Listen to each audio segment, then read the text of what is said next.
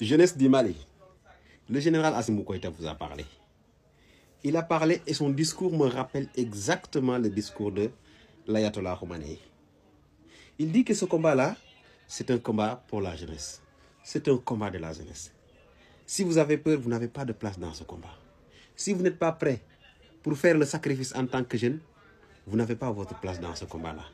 Il dit que les adultes sont là pour nous accompagner, pour faire leurs doigts, leur bénédiction.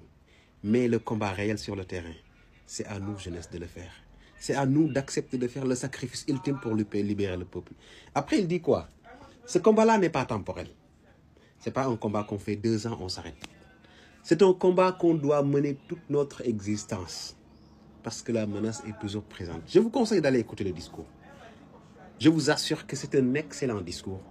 Et c'est ça qui pousse les gens à une prise de conscience. Parce que si tu parles de révolution, sans parler de sacrifice, tu es en train de tromper les gens.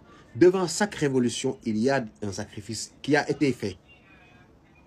Et si vous voyez aujourd'hui beaucoup de peuples échouent dans leur révolution, c'est qu'ils ne s'attendaient pas à avoir des sacrifices. Ils ne s'attendaient pas à donner leur vie pour atteindre leur objectif. Et c'est très bien que le général Assimi Goïta vient. Et c'est bien qu'il vienne dire à sa population, ce combat-là, ce n'est pas un combat qu'on va mener 2-3 ans. C'est un combat pour l'éternité. On va le mener et nos parents seront là pour nous surveiller, pour assister et pour prier pour nous.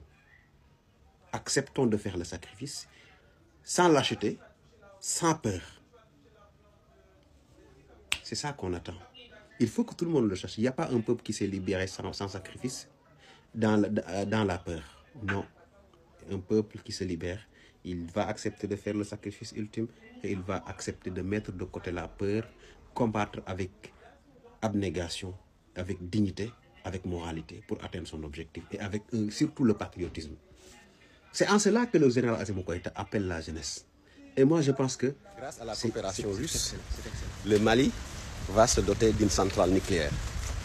Vous savez que Assimi Goïta était en Russie depuis lundi et ils ont signé beaucoup d'accords et des accords vraiment très importants, surtout dans le domaine industriel, dans le domaine de l'armement et dans le domaine même interministériel, parce qu'il y aura des réunions, des rencontres interministérielles entre le gouvernement russe et le gouvernement du Mali pour mettre en revue ou bien pour évaluer l'état d'avancement des accords qui lient les deux pays-là.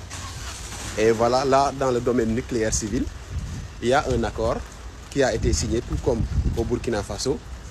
Donc, ce qui veut dire que ces deux pays-là, pour le moment, ont signé des accords pour la création de centrales nucléaires, pour la mise en place de centrales nucléaires pour la production de l'énergie. Et c'est ce qui montre en réalité la différence entre la coopération française et la coopération russe.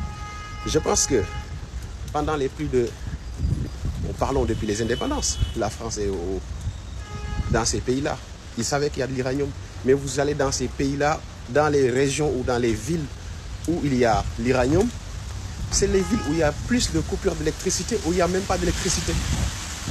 Donc, si vous voulez, je peux dire qu'aujourd'hui, la France a perdu parce qu'en réalité, elle était méchante envers les peuples africains. Elle n'a jamais voulu chercher à faire bénéficier les Africains des ressources dont ils disposent dans leur propre territoire. Moi, je pense que ça ne coûterait rien à la France, ça n'allait coûter rien à la France de mettre en place des industries ou bien des centrales nucléaires civiles pour connecter les populations africaines à l'électricité. Et je pense qu'aujourd'hui, si ça avait été fait, aujourd'hui, ce qu'on appelle la haine anti-française n'allait pas avoir lieu, ou bien ce serait un argument qu'elle allait utiliser pour dire, voilà, on est dans l'exploitation de l'uranium, mais en réalité, c'est du gagnant-gagnant.